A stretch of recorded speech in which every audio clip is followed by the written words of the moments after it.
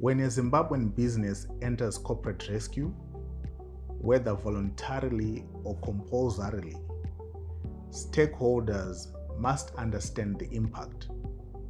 Employees, shareholders, creditors. Each group has specific rights, and each group is affected in very particular ways. Ignoring these effects creates hostility, it delays proceedings, and it can drive the company into liquidation when rehabilitation was possible. I am Calverwell, and I help SMEs manage restructuring and create the clarity they need to grow with confidence.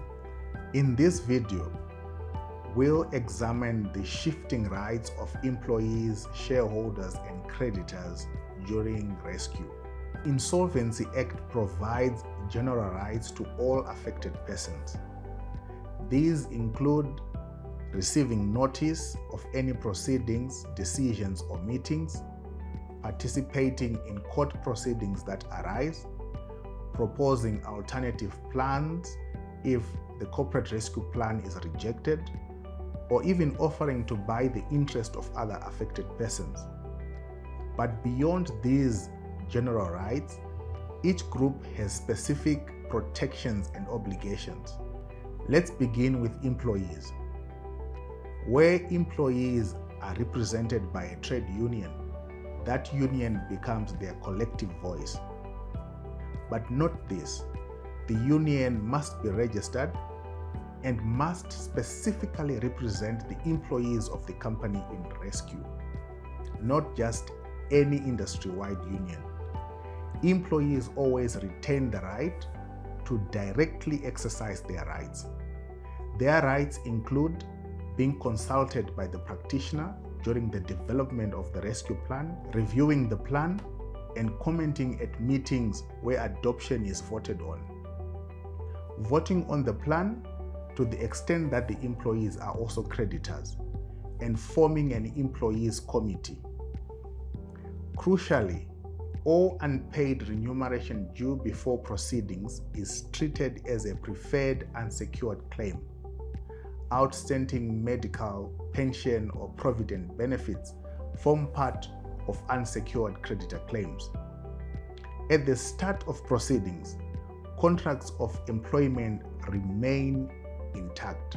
Terms and conditions do not change unless by natural attrition, such as retirement, incapacity, dismissal for misconduct or resignation, or by mutual agreement.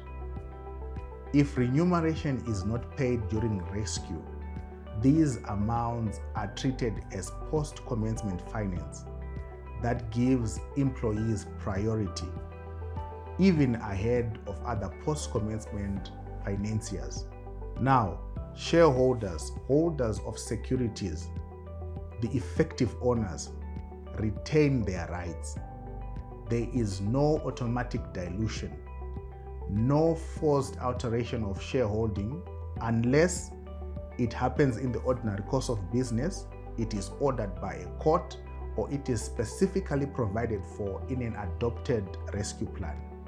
For directors, who are often also shareholders or employees in SMEs, the impact is immediate. The governance of the company shifts. The board of directors is deemed dissolved.